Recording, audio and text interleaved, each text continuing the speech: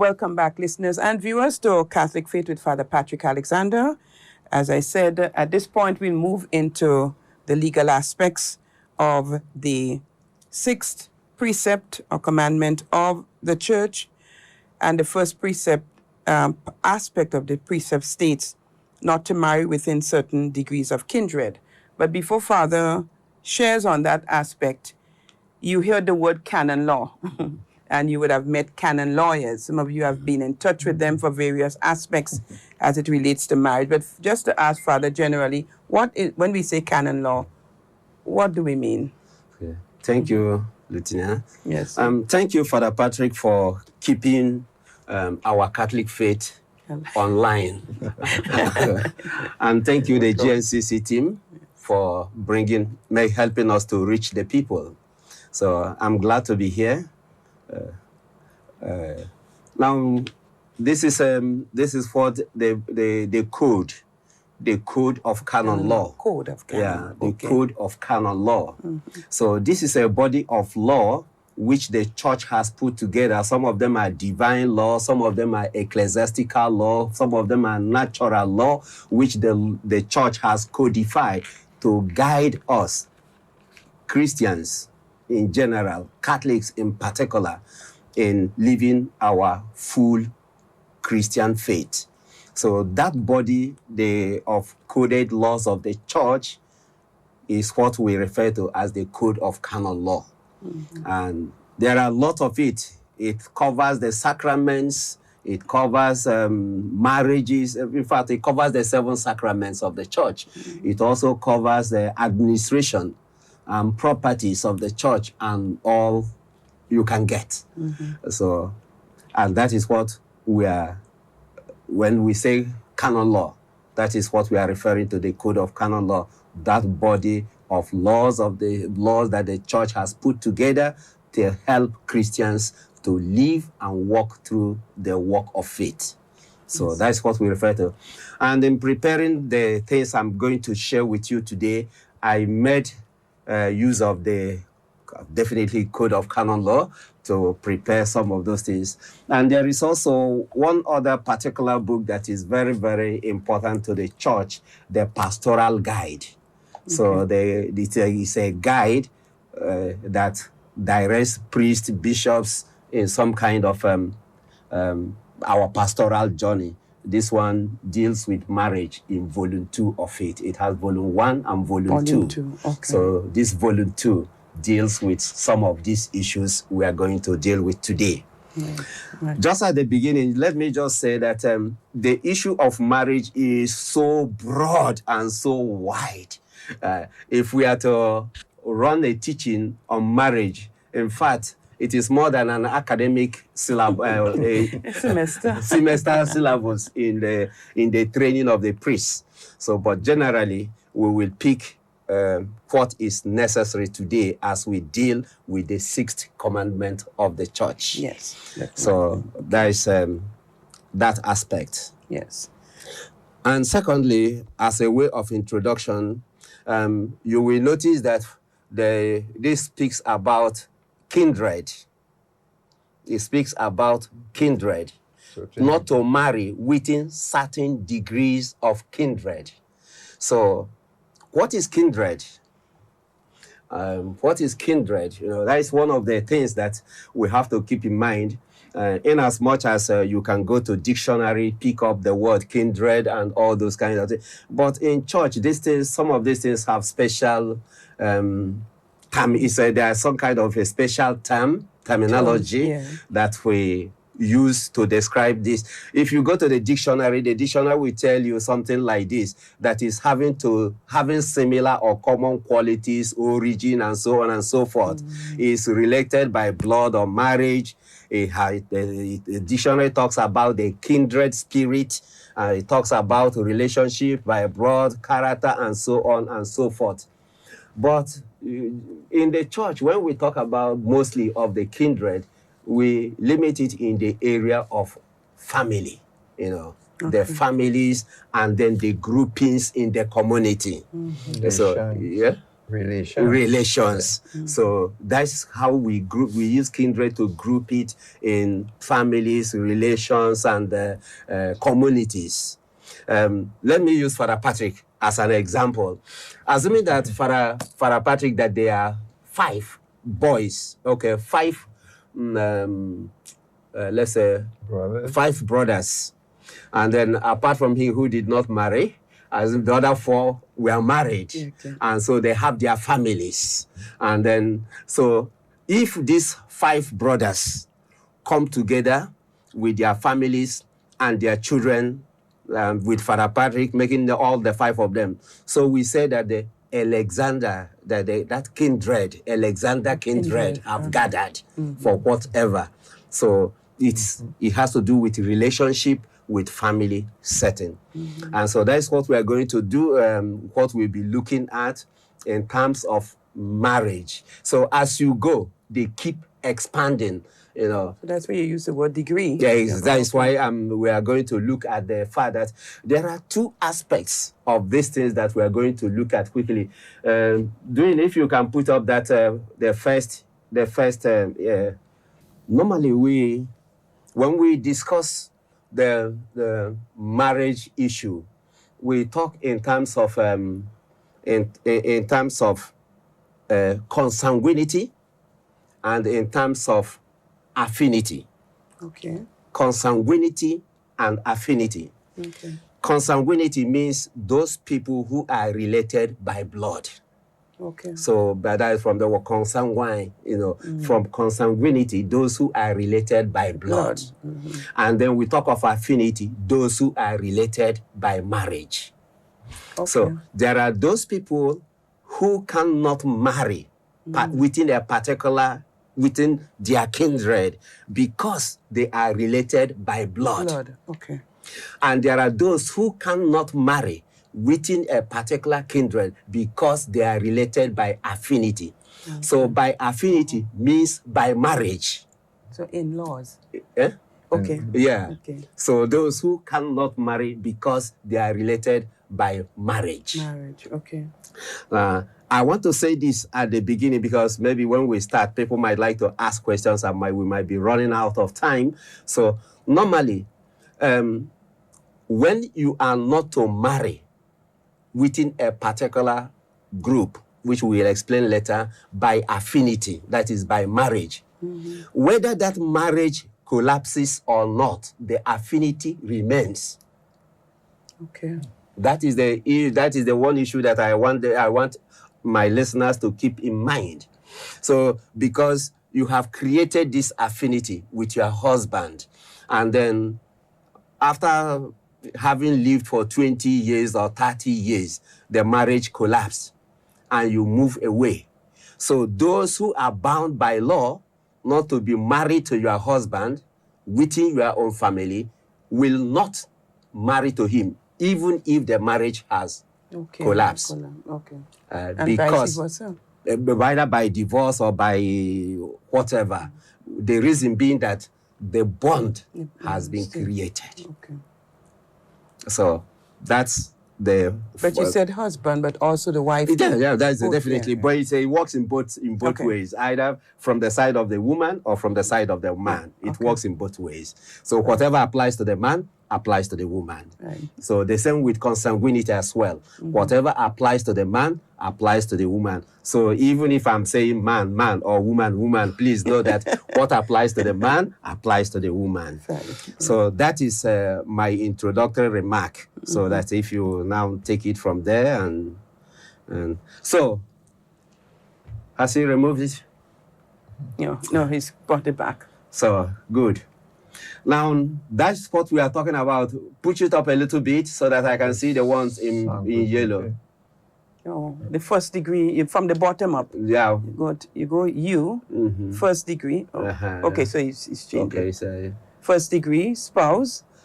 No, there is exactly, hold it there. Thank you very much. So you see that section there? In yellow? In yellow. That section in yellow. So the one that is there, so means the starting point. Okay. If you go up, you are going towards consanguinity. If you go down, you are going towards affinity. Okay. Okay. Okay. So those are the things we will look at when I give a further explanation on that. So just we will come to Note that. of it, yeah. Okay. Okay. So yes, so you have shared on the general just the outline. context, yes, the outline of the certain degrees of kindred. So, and then you explain, I think, what family members fall within those certain degrees. So that is what the next thing. Right. Let me see if I can get my own. So by the left side of the thing is consanguinity. That if from the U, if you go up, that is the consanguinity. And then you have the affinity. Now, I want to explain the fact that how these things are worked out.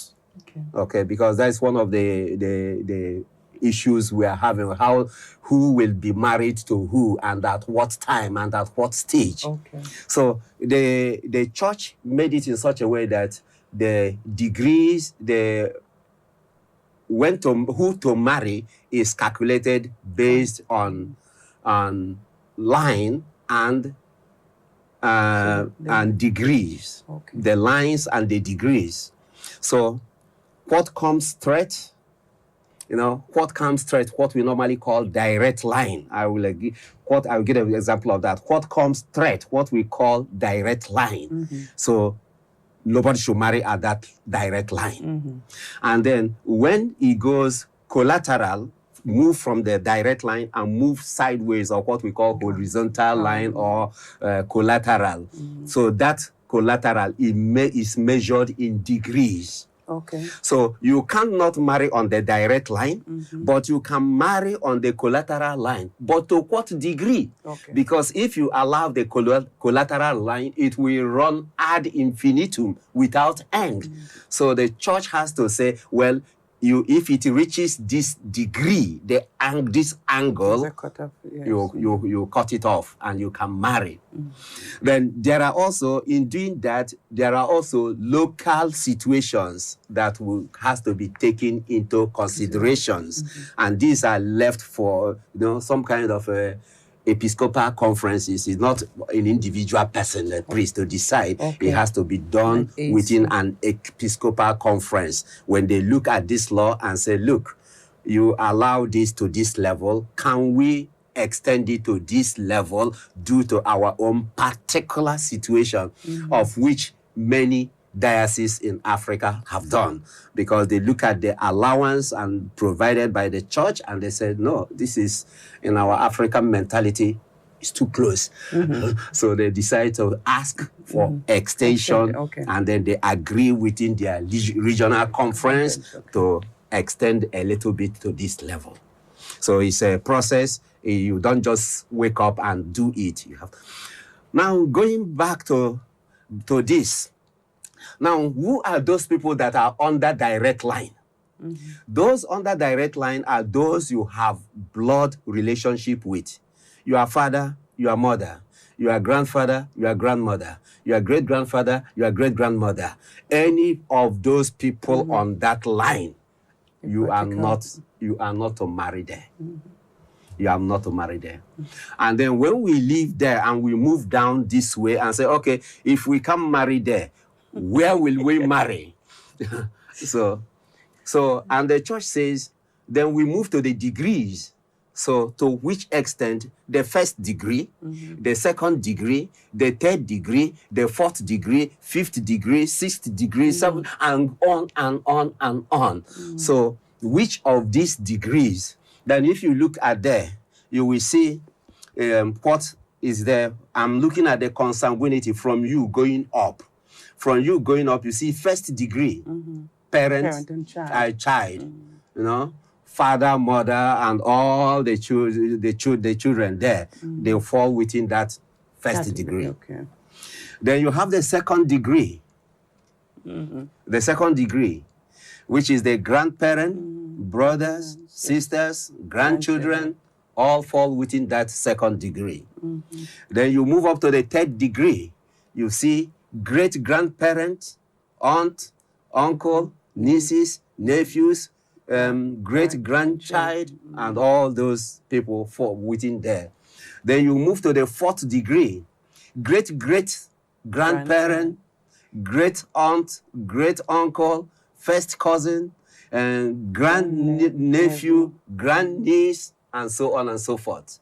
Then if you move up to the fifth degree, it goes on that way and up and up. Okay. So the church says you can marry, you cannot marry. You cannot marry within the first, the second, within the first and the second, or consanguinity. No. You cannot marry. There is no way a parent will be allowed in the Catholic Church to get married to the child.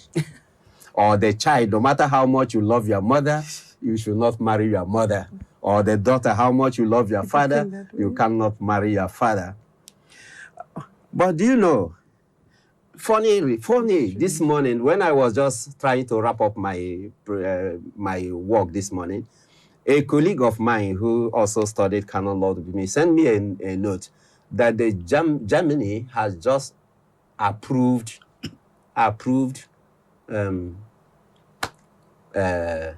what is it called? Incest. That is now a law in the country. It's not. It's a law. So it's a law now that people can. So the question is it allowed in the church? The answer is no. That is government doing their own thing, but the church remains within this law. Okay. Within this law. No matter how people are kicking against it, the church is still holding on to it. That you cannot marry within the first degree. You cannot marry within the second degree. The first and the second degree, you cannot marry. Now, the question comes to the third degree. Yeah, I'm just saying, look at the third, it's close. Exactly. Yeah. So let me hear what conditions. So there is these are the places that you can dispensation comes in. Okay. In the third degree, dispensations come in and all that kind of stuff. Dispensation comes in there, and so on and so forth. But when it comes to the fourth degree, you can marry according to the church. Okay. In other words, someone can marry their great-grandparent. That is what. Somebody can marry their great-aunt or their great-uncle. The great-great-grandparents, you can marry that person. Great-great-grand-uncle. That is why the church is wise, because in some areas in the world, they're very sensitive. I make reference to Africa, where I come from. We are very, very much attached to this family, that the family extends more than this. Yes. So, but for now, for the church position, this is the church's position. Yes, I see in the fourth degree there, the first cousin. The first cousin would be the child of your aunt or the child of your uncle. And the church, you see there, the children of, say, a brother or a sister can marry them. That is what the church is saying, at the fourth degree. That's the fourth degree. Yeah, the fourth degree. Can you go down? Let me also touch on the affinity as well, so that we can carry those ones on. No, exactly. Go on. Okay. Yes, thank you. So now we have that one was the consanguinity. And then we come down to affinity. Remember, affinity is that which you have developed through marriage. Through marriage, okay? So the first degree, the spouse affinity, they are the ones who have created the bond of affinity. The spouse, the man and the woman, that they are in the first degree. So those who are in the second degree are the parents-in-law, daughter and son-in-laws, those are the ones on second degree. Yeah. And then the third degree, grandparents-in-law, brother and sister-in-law, grandchild-in-law. So those are the one there. And then fourth degree, you see it as a great-grandparents-in-law, aunt and uncle-in-law, first cousins-in-law, niece and nephews-in-law, grandchildren-in-law. Mm-hmm. So those ones are there. In this one also, the church forbids marriage at the first and second. So anybody within the first degree and anybody within the second degree cannot be married to that person. Fair enough. Yeah. Mm-hmm. So in that case, with the third degree, one could marry the in-law. Yeah. Okay.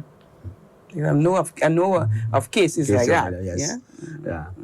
I think when I discussed it, many people came up with such cases and said these are the cases and those cases are there. Mm-hmm. But what the church is saying that, look, we can't allow this thing to go on because we are related somewhere, somehow along the line, you know. But not blood. Not, in this case, it's exactly. not blood. This case is not blood. All right. Good. Okay. Yes. So, can I see the second slide too? So. Yeah. Common ancestor.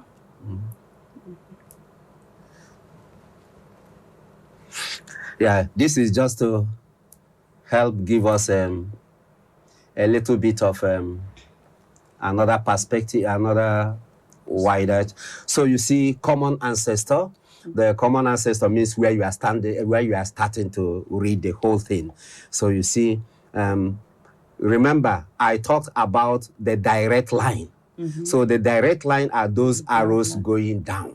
Okay, this your common ancestor, maybe the father and the mother of this person. Could be the father and the mother right now, or it could be the grandfather and the grandmother giving birth to their child. Their child, it keeps going down, and all those people are in what we call the direct line. Okay. There is a straight blood running through all of them. What you call the bloodline? Yeah, bloodline. Okay.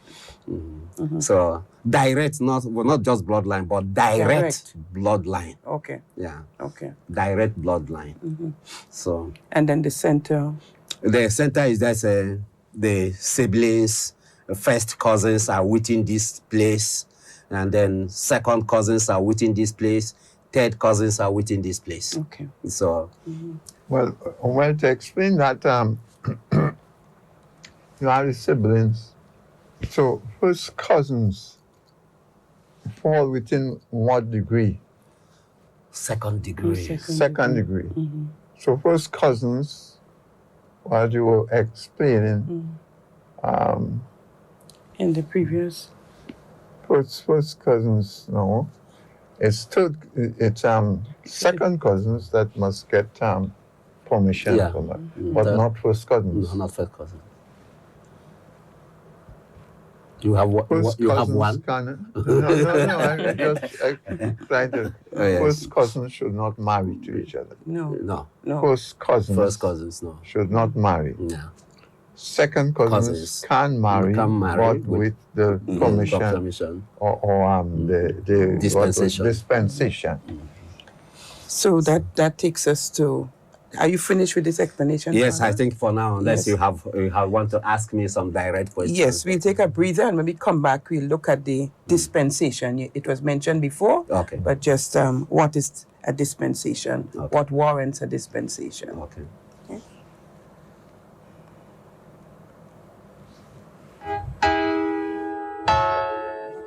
Are you a young person who has been asking themselves how they can take part in youth activity and youth ministry in our diocese today? Or are you a leader who has been working with young people in your parish and want or have a desire to make it grand and bigger diocesan-wise?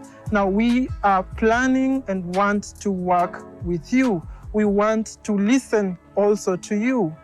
On the 4th of October, we are inviting you for a grand Mass Jubilee of healing, and also a place of creating something new as we begin and continue building on what has been there, but making it more beautiful, more enticing, and more interesting for our young people as we try to make them disciples and make more people disciples. See you in the Cathedral of Immaculate Conception, St. George's, on the 4th of October, 3 p.m.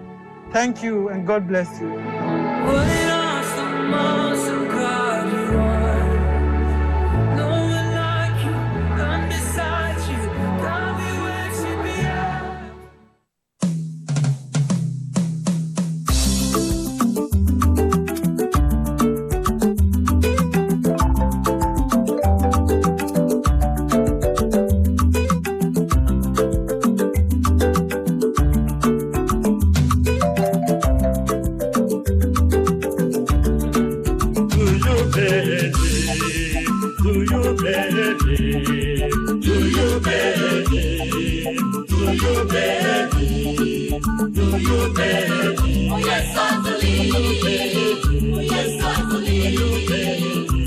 Welcome back, listeners and viewers, to Our Catholic Faith. Today we are dealing with a very, very important aspect.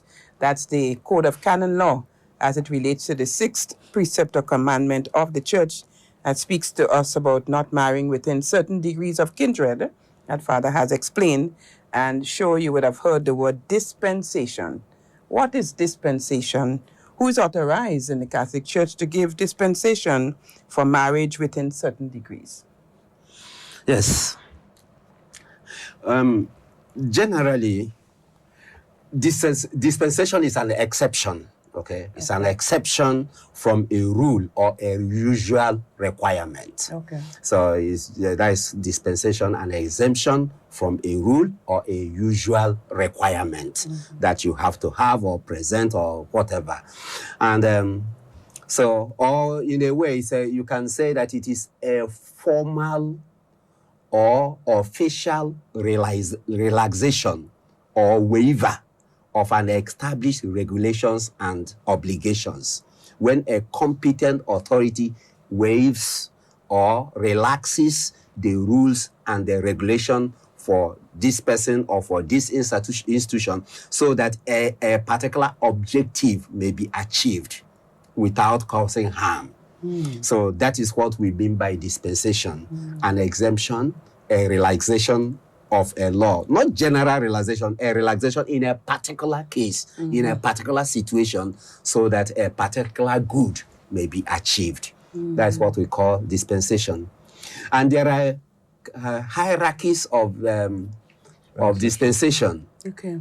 There are some dispensations that are allowed to be carried on by the Pope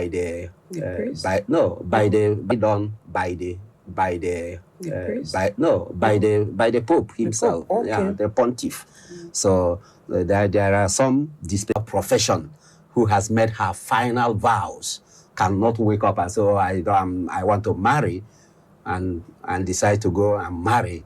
No, that will go. No superior, no bishop can grant that permission. That has to go to the Holy See.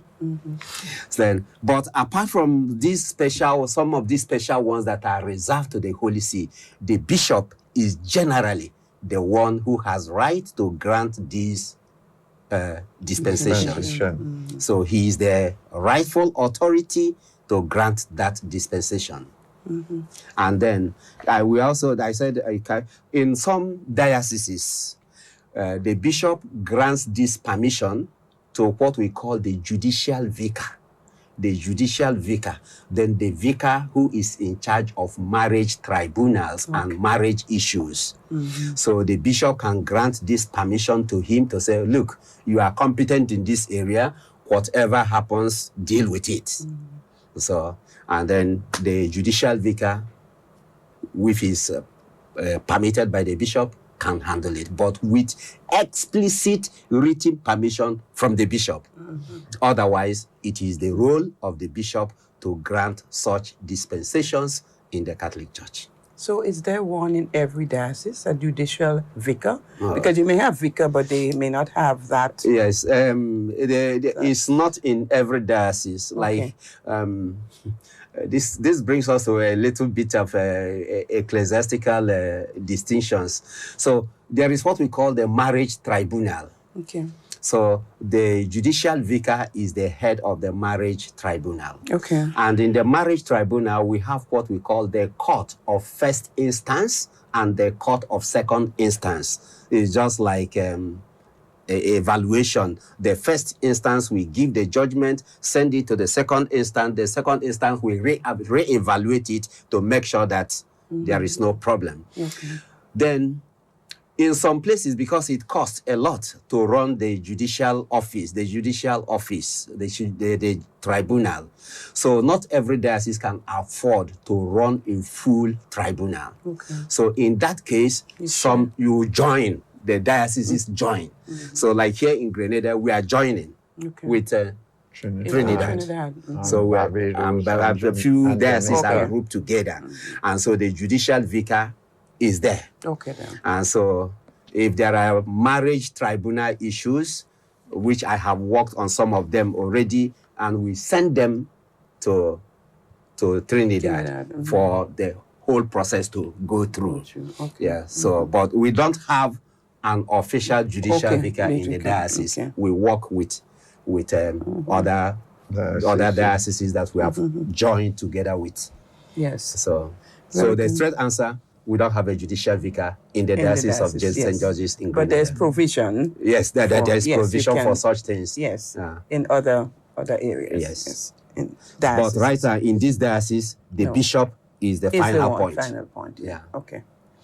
All right. So that leads us to specify members within the certain degrees who may seek dispensation to marry each other. Very good.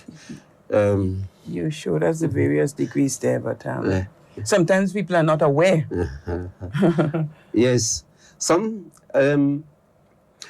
generally they are in first degree, that is direct line. Nobody will give you permission for that. You don't even apply because it's a kind of a natural law, divine law, you know. It's a kind of something that we don't talk about. We don't go there. Yeah. It's forbidden. The direct line. That's father and mother and all those kind of things. Generally, humanly speaking, I don't know. That sounds so clear. There are lots of arguments why we should not even go there.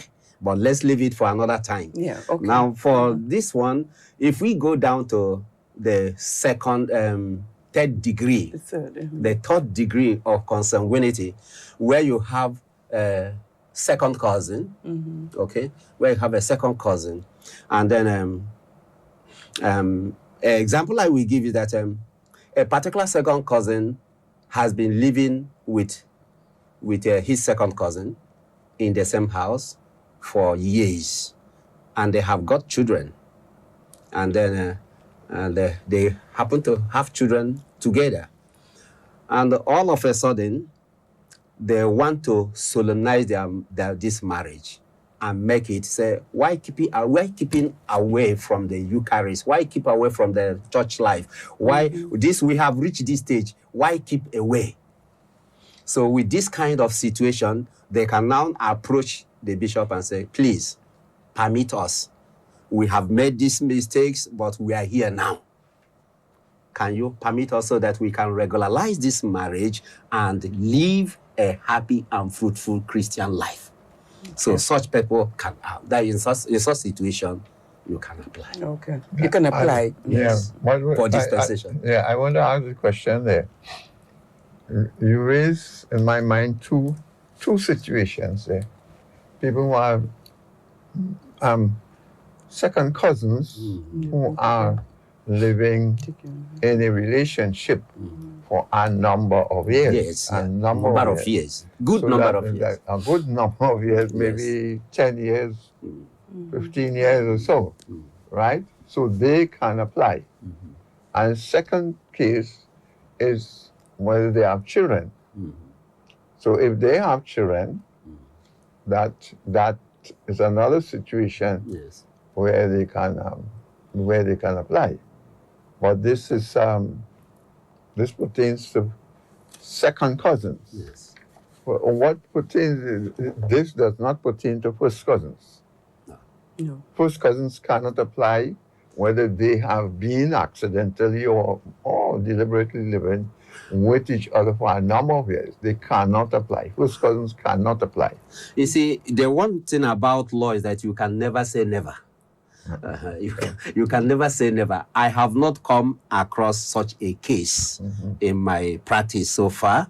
So, but I think that if first cousins or even brothers and sisters approach their bishop, present their case, their bishop will now set up a team of experts who will look into the matter and see whether there is any way at all, depending on the good they are presenting to the bishop, that this is the good we want to achieve.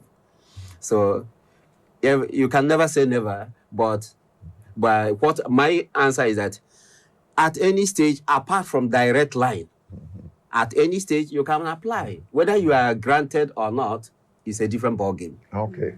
You can apply at any stage. Yes. But Yeah, Whether it will but be granted. But whether it will be granted Yeah. is what I cannot guarantee you. Okay. All right. So in case the number of years people are living in this relationship, one, and secondly, children. I'm separating it like that because in quite a number of cases where they are trying to say for the good of the children. Well, say for the good of the children, I'm not too sure what that means. Maybe it is to carry a particular surname, we call it title, or so on. There are certain things, there are certain other things we consider when we have that case. There are certain things we consider. We also consider where children are concerned. Where children are concerned, or even where children are not concerned, like you said, can anybody apply? But some people apply solely for inheritance, to preserve certain inheritance order within the family.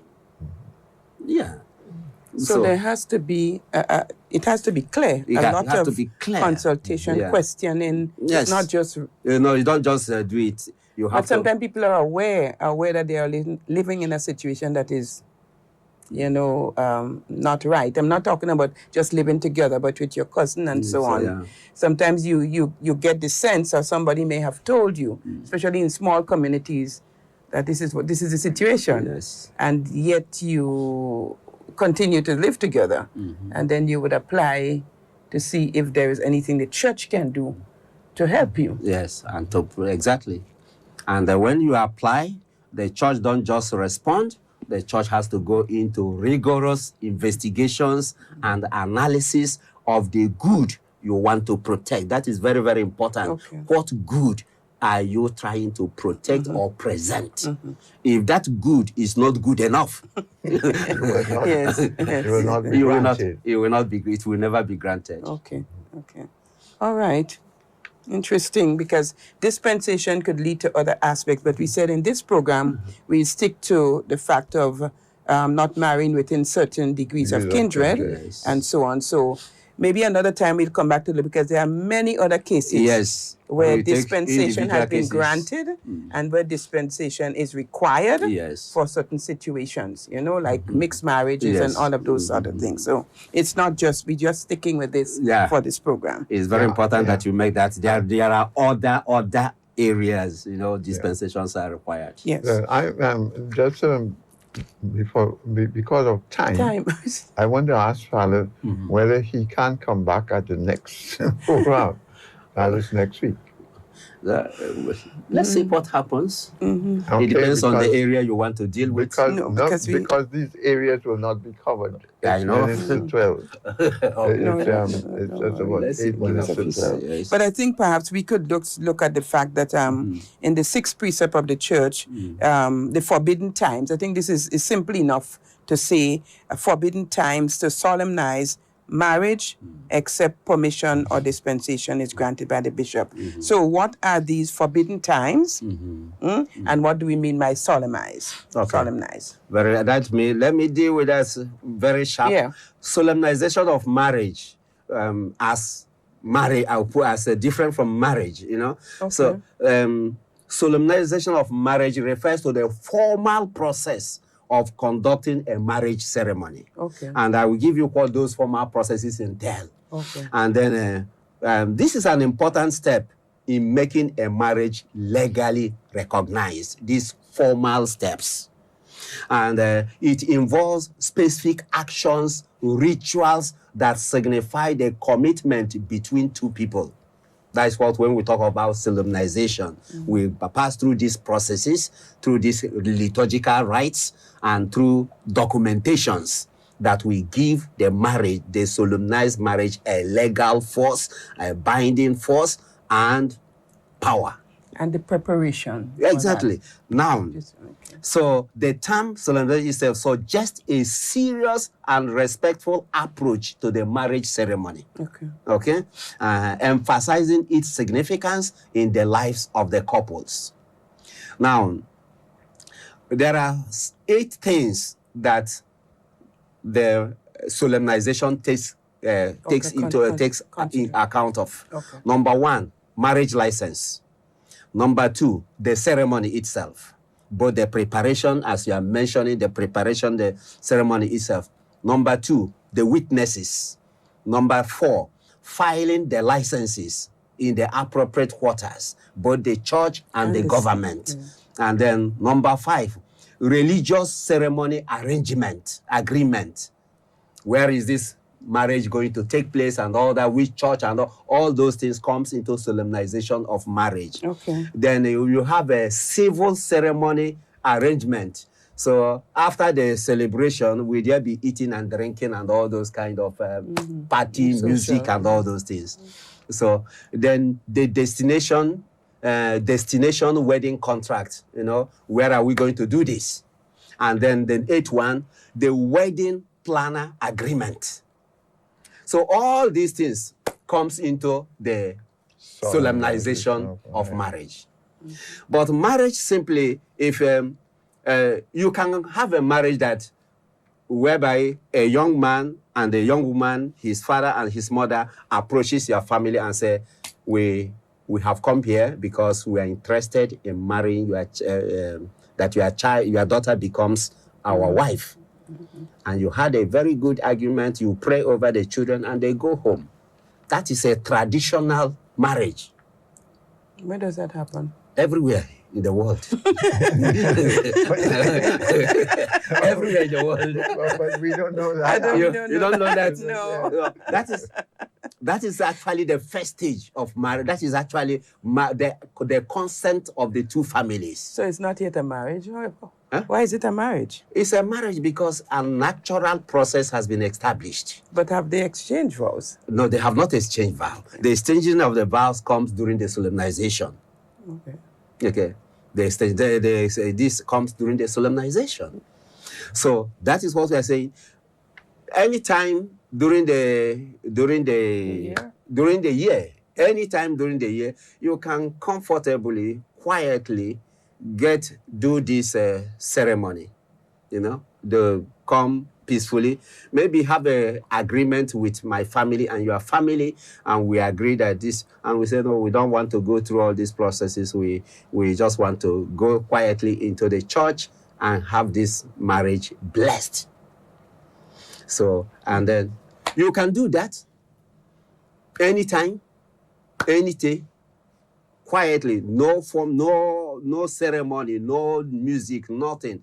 The reason behind this is because these two periods that Father mentioned at the beginning, the Lent and the Advent, they have what we call penitential character. Yeah. They have penitential character, and the church wants us to keep to that penitential character of these two seasons. Okay. So because of that penitential character of these seasons, we say no solemnization of marriage, which will involve music and big ceremony and big eating and big drinking. Remove that.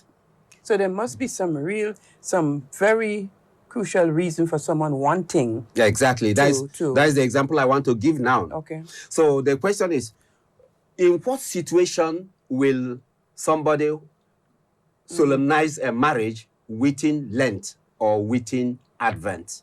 You said not solemnize there. Yeah, that's what I'm saying. When you can have permission, Okay. you can be permitted, you can ask for permission to solemnize your marriage within these periods that are forbidden. Okay. Remember, dispensation is a relaxation of the law, a waiver of the law for a particular person in a particular situation. Okay. So one of the reasons why the bishop can waive that is, number one, those who are in military service. Those who are in military service, maybe you are a Navy officer, and then you are getting married, you got just finished negotiating with your husband, and then after negotiating, you got a letter that you are being redeployed to a difficult mission. And so you can go to the bishop and say, please, can I solemnize my marriage and know that I'll be receiving Holy Communion, I'll be a full Catholic where I'm going, and I know that I'm really married. Because of the nature of the assignment, which involves life and death, we don't know if you are coming back alive or dead, and to help you to continue with your Christian life as a married woman who is officially, the bishop will grant that such permission. Whether but the only thing he will ask you, please keep it low-key. But he will grant the permission, whether in Advent or in Lent. Another case will be a case of in danger of death. In danger of death. Yes, in danger of death. Maybe you just, somebody got married, and then all of a sudden, the person was discovered to have a death-threatening situation that will take the person's life within a month. And that month we already in Lent. And Lent will take more than a month. Right. So the person will now go to the bishop and say, look, this is my situation. I want to solemnize my marriage. So that way if I'm going, I go peacefully. The bishop will definitely grant that. So these are many more, which time cannot allow us to give more examples. Yes. I think we've touched on most there, because you did speak of what will solemnize a marriage, and what will be non-solemnizing of the marriage. Okay? In the sense of... there's something that he spoke about in solemnizing marriage. He speak about part of the solemnization is to have a license. Yes. Right, to have a license. The equivalent to that, or along with that, is the announcement of bans in publication. The publication of bans in the church. So in a non-solemnized marriage, you don't have the publication of bans. The issue of bans is a Episcopal Conference issue. So from what we have, from the standpoint of the law, there are some Episcopal conferences that said, because of the nature of our situation, we cannot afford to publish the bans because of the problem it creates for them. Yes. So, but for the civil law in some countries require in some countries a license. Yeah. Some countries we have that as a requirement. Because when you said, is there anyone who knows any reason why this man and woman should not be joined together? It's like the ban is necessary for the Christian community to know, so that some, like you get the truth. Yes. Because sometimes people get into situation and it's just quiet and nobody knew, and it's so much situations following this man. Here in our diocese, publication of bans is allowed. Yes. But I have worked in dioceses and in regions where publication of bans are not allowed. Not allowed, or they just don't do it. They're not allowed. It's not a law of the church that it must take place. No, it's not. It's not a matter of necessity. must. Oh, Okay. Yeah, by the church law, it's Okay. not a Okay. matter. It's a require. It's not a requirement. but you're encouraged. Yes, You're yes. encouraged. It is one of those laws that are left for episcopal conferences to Okay. legislate on what is best for their own region. So, Okay. so Because the civil court, the civil is also, you have to register in the civil court. yes, Right? Because it's a legal, yeah, it's a legal document. it's a legal commitment you are making. And then you mentioned this point of contract. Whereas with the church, you don't use the word contract No. as it relates to the sacrament of holy matrimony. So all of these, we need some light on this so that we understand when we marry, it's not a contract. And the church elevates it to a sacrament, which is deeper. And yes, I think this is very interesting. I'm sitting here thinking that we need to do these evening programs because people will be interested. People have a lot of questions to ask. Very good. And I think it's necessary for us to continue along those lines. And I also thank you and thank Patrick because many of our people, it's not that they don't want to do the right thing, but it's just at times they are not aware. They are not aware. Ignorant So I don't want to use the word ignorant, but they are not aware of what are the procedures and what can be done. Like I normally tell them in my parish that look, there is no case in marriage that the church has no solution to. There are so many people who are sitting away and keeping away from the church and life and sacrament simply because they don't know what to do to get that situation resolved. Yes. So if I'm using this opportunity to appeal to the people that look, speak to the priests. Speak to the priests. Like all these cases, examples I'm giving here, each one is treated in its own merit. The church cannot give a flat ruling in every situation. So each situation that comes to the bishop has men and women who are working with him, who will help him to look into that matter and say, this is what the law of the church is saying, and this is where we have what we call pastoral guide, pastoral prudence, So because the law of the church, the Code of Canon Law said at the last part of it, that the salvation of the soul is the highest law in the church. So as far as the soul will be saved, that is the aim of our law and our practices. Thank you very much for having me. Thank you so much, listeners and viewers. Wow, rather interesting. I think we will have to call him back again. And we really encourage those of you who have been listening to please call your friends. You can also go back to these programs because this is very important and you may have questions or comments, or perhaps you find yourself in a situation that you have been suffering for so long and the church is open to you, inviting you to come. Come and have a chat with the priest. Come and talk about your situation. Do not be afraid, because the church, the intention is for the salvation of each soul. Exactly. And each one will be taken at their own, at their own situation, So, Father? I want to advise here that at a pastoral level in parishes, this would be very good, because there will be the audience. You will have a live audience, that's the parishioners, and they ask direct questions. Raise up the direct questions. Yes. Wonderful. Yes. Relevant questions right there, and be able to get that. So that is why I was saying, well, I would want to advise that. I would want to promote that, but I'm not legal.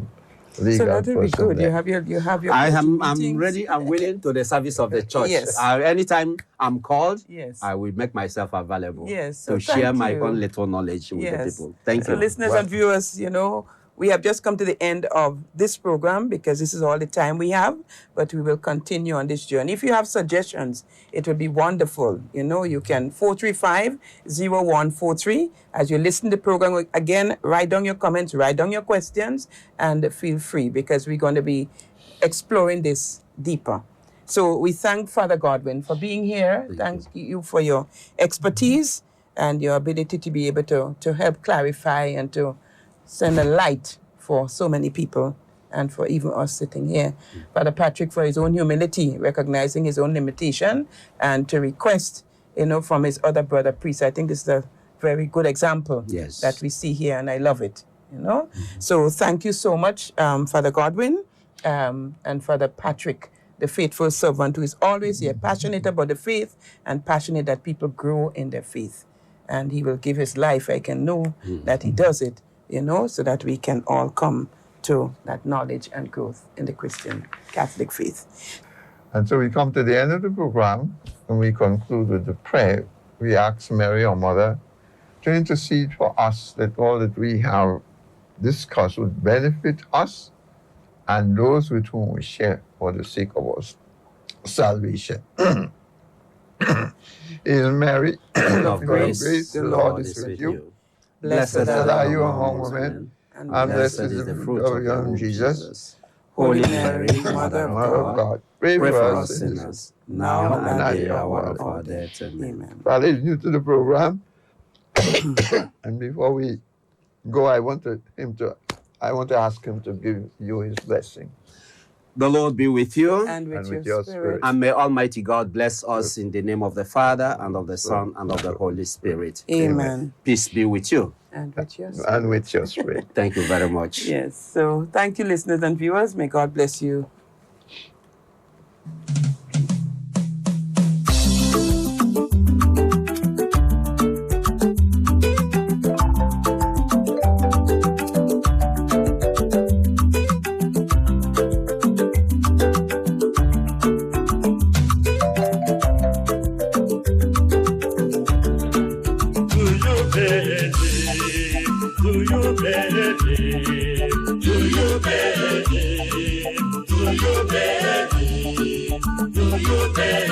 Oh yes, I believe.